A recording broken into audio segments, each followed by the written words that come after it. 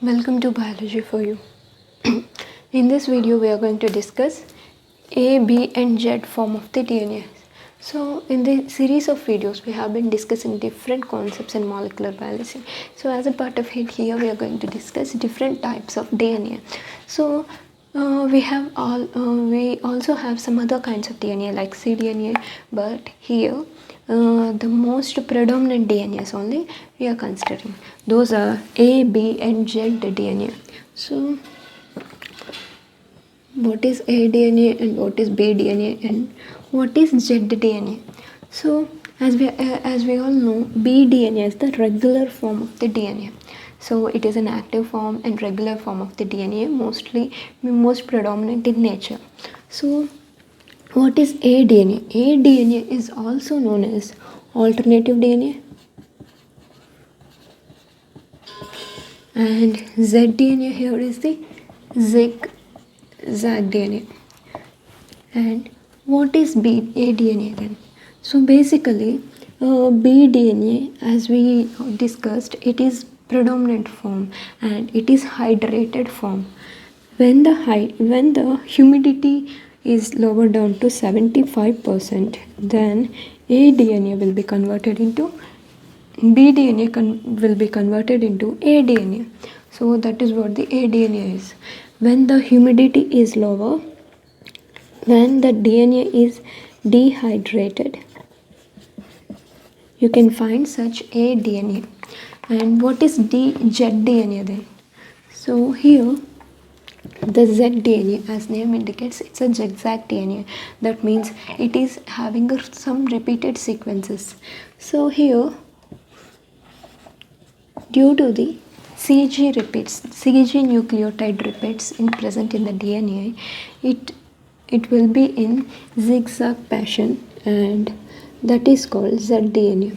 So we can find only this kind of DNA in non-coding sequences. So this GC rich repeats makes the difference. So what are the dimensions? So coming to that point, generally B DNA would be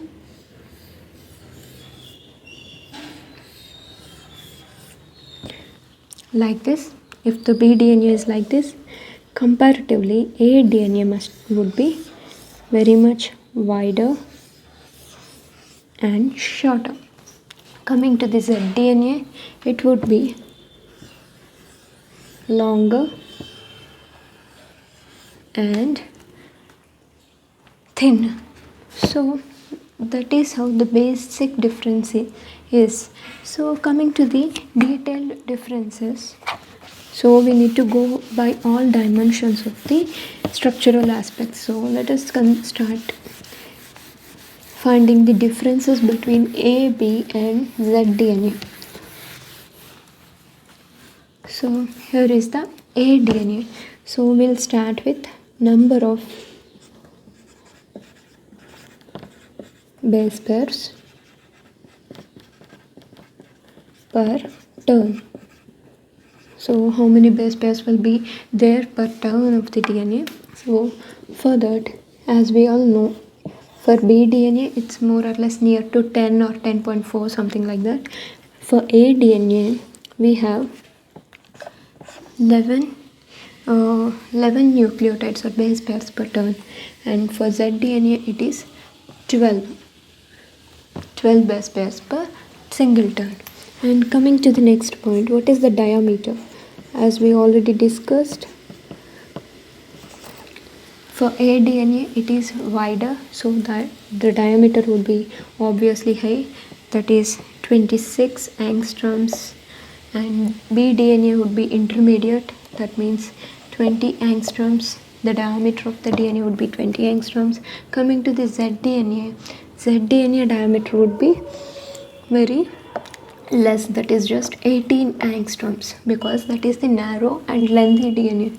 So the next point, helical rise per turn or pitch of the helix. So what is the pitch of helix? That means So this is what the pitch of helix, the length of one complete turn or the rise of one complete turn. So that is here 28 angstroms for aDNA, 34 angstroms for bDNA, and 44 angstroms for zDNA. So obviously it indicates the relative lengths. So bDNA is intermediate to the A and zDNA. So coming to the helical rise per base pair. So per turn, if they are making this rise in the helix, then what is the helical rise per base pair? That means you need to divide the helical rise per turn by the number of base pairs, that is 11. So it is simply that.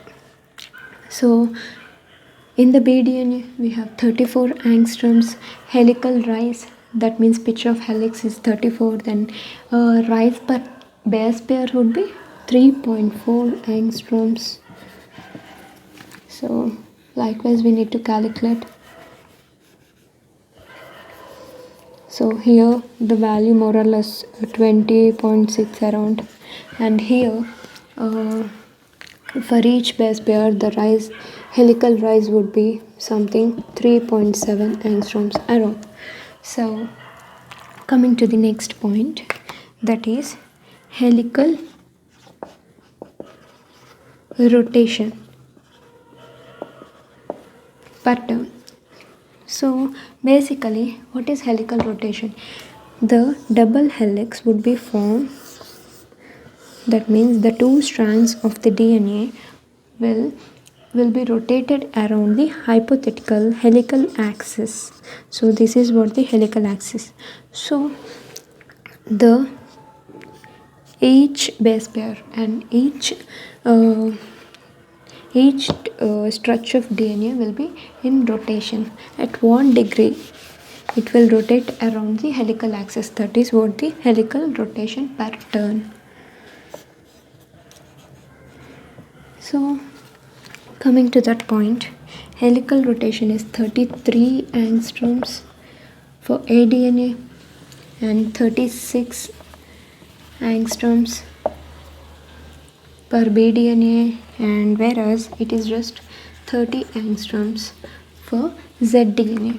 So these are the things about dimension. So what about major groove and minor groove, and what about the glycosidic bond? So coming to that point, glycosidic bond, that means the type of glycosidic bond, cis or anti. So basically in the aDNA you can find the glycosidic bond in anti-conformation, and whereas in bDNA it is also anti in conformation, and the conformation of glycosidic bond in zDNA is kind of zigzag. That means it will all have the alternative anti-conformation anti-glycosidic bond for pyrimidines, and it is in cis conformation for purines. So hence that is zigzag. And coming to the next point, what about grooves? What about major groove and minor groove?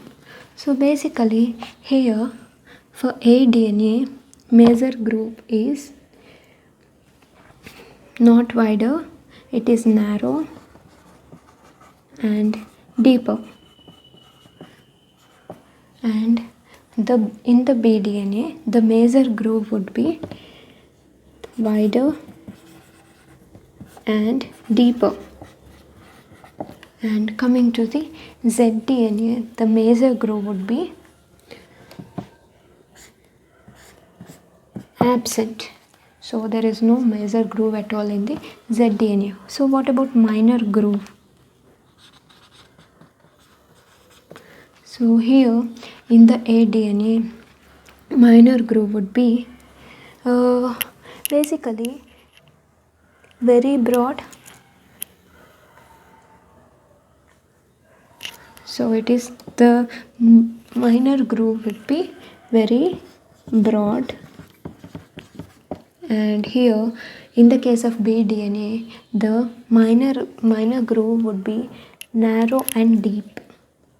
Major groove would be wider and minor groove would be narrow in the case of bDNA.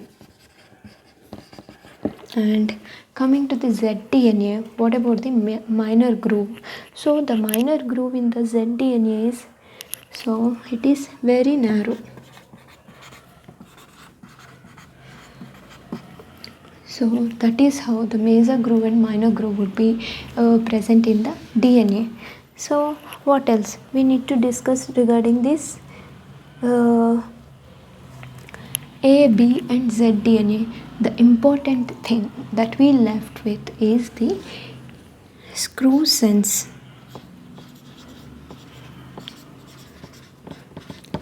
The screw sense is nothing but the directionality of the helical rotation. So coming to that point, as we already know, bDNA, which is most common form of the DNA, would be in right-handed helix, and zDNA would be left-handed, and generally aDNA will also be a right-handed helix. So these are the major differences between the A, B and Z form of the DNAs.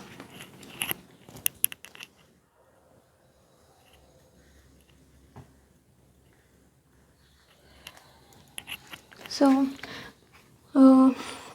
up to here we discussed what are the basic differences between the A, B and Z form of the DNA in terms of the number of base pairs, what is the diameter of the DNA, and what is the helical rise per turn, what is helical rise per base pair, and what is the percentage of the rotation, helical rotation per turn, and also what is the type of glycosidic bond present in them, and followed by how the major groove and minor groove would be looking like. So that is all about the major differences between A, B and Z form of the DNA. Hope you understand this concept, and if you really like, share and subscribe to my channel and press bell icon for the further notifications. Thank you.